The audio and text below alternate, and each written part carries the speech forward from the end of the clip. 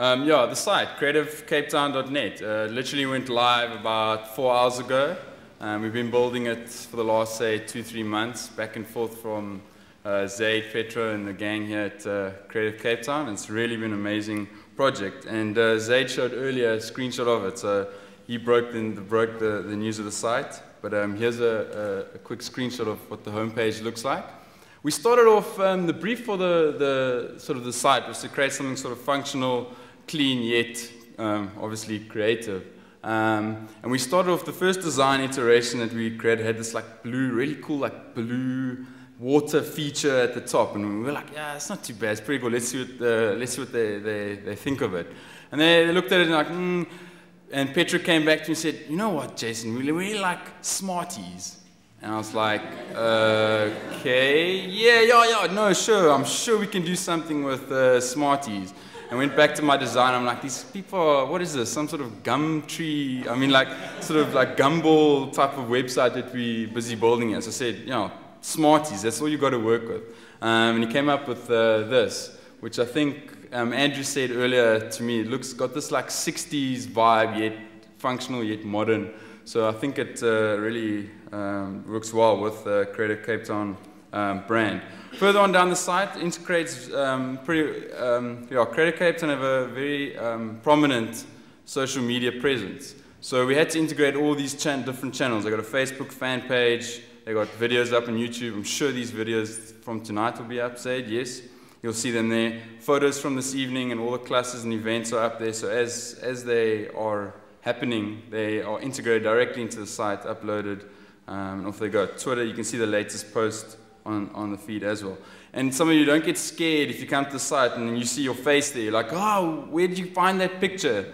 It comes from the Facebook fan page for those that are fans. So you might just see yourself there, like famous. Take a screenshot and make it your wallpaper. Quite cool. Yeah, so that's pretty much the website. There's a ton of features on the site. Go check it out. There's the annuals on there. There's maps. You can see, as I said, all the different. You can connect depending on if you read blogs. You can subscribe via RSS if you don't even know what that is, or email for those that do that. For those that live on Facebook, you can do that. Twitter, all of that. So get on there and check it out. So yeah, that's pretty much the Creative Cape Town site. So what I wanted to chat a little about was, social media and creativity within it.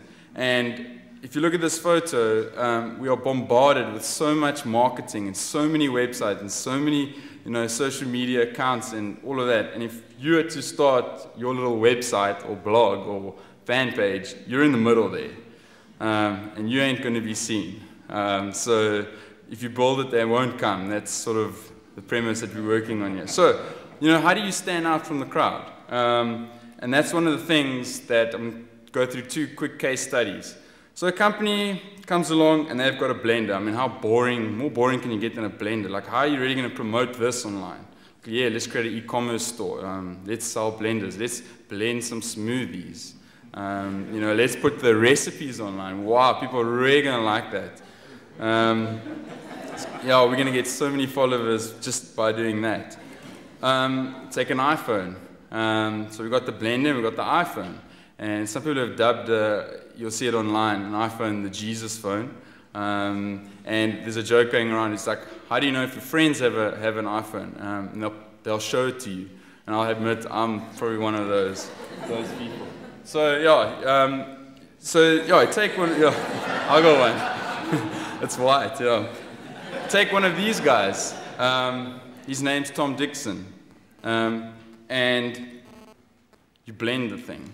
Now you can imagine a day after, literally fanboys are lining up in street corners for days. When Steve Jobs announced the iPhone, when he's with his one more thing presentation, the fanboys were lining up like day after, outside, camping outside, waiting to get their hands on every single store in the States. There was a queue outside more than 24 hours. And what do these guys do? They take one of these iPhones, they put it in the blender, literally the day of the launch, and they blend it.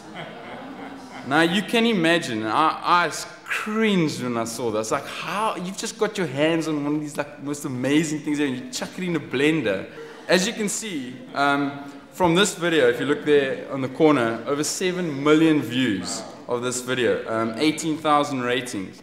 So what it's done for their brand it's pretty much catapulted their boring blenders into something out of this world. They've got over 83 million views on all their videos. They pretty much blend anything that you can think of. Just to show you what you could sort of blend with it, and what it's spawned is merchandise. People want will it blend t-shirts. The suggestions keep rolling in. They're like, blend a car. I mean, how are you going to get a car in a blender? So like, but they come up with funky ideas. A crowbar. I mean, you can't blend anyway.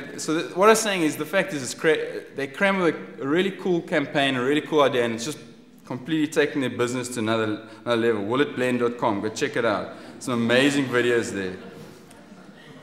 Another quick one, social media campaign that launched in January was the Whopper from, who makes these Whoppers in the States? Burger King, yes. They said if you remove 10 of your Facebook friends, they'll give you a free Whopper burger. So like people are like, you know, how valuable are those friends, hey?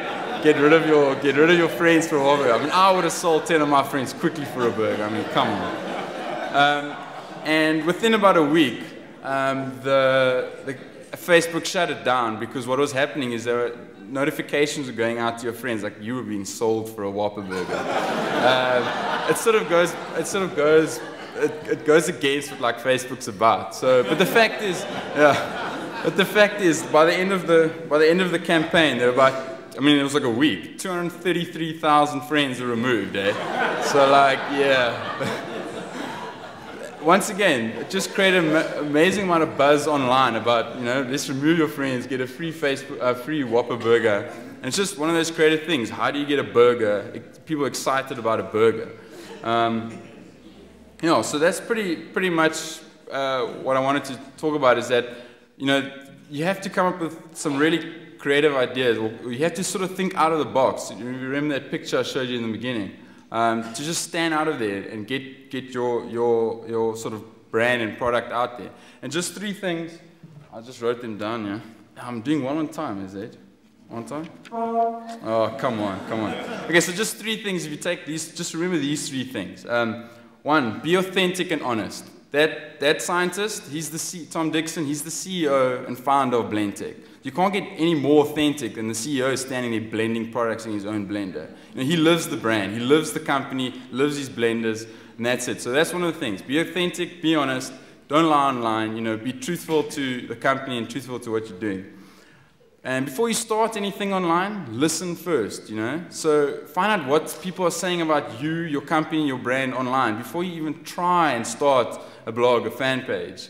Find out what they say. Find out what they would like you to do, and start there. And thirdly, live your brand. People relate better to people than they do to brands. So if you're going to be tweeting on behalf of your brand, or you know, on a Facebook fan page as a part of the brand, you know, be a person. You know, live that brand. Like, express it in a sort of personal way, yet authentically be the brand and be the product that you sort of promoting.